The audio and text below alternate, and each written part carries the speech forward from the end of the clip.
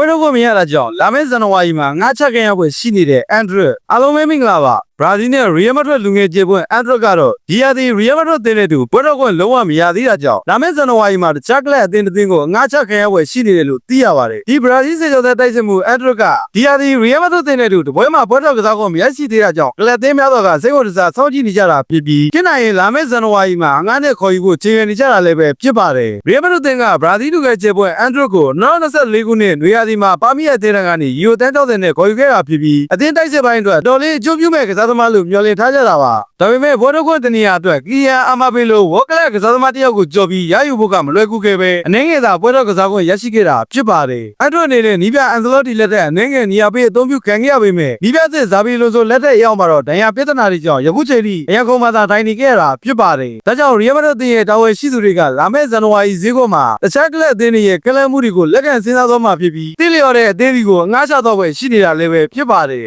ဒါပေမဲ့အသက်19နှစ်အရွယ်ဘရာဇီးကစားသမားကတော့ရီယယ်မက်ဒရစ်တင်မှာပဲနီယာလူတိုက်ပွဲဆင်နွှဲသွားဖို့ဆန္ဒရှိနေပြီးကြက်ခိုင်မှုပြန်လည်ပြေဝဖို့နဲ့ဤပြလို့ဆိုရဲ့ယုံကြည်မှုကိုပြန်လည်ရရှိဖို့ကြိုးစားနေတာလည်းပဲဖြစ်ပါတယ်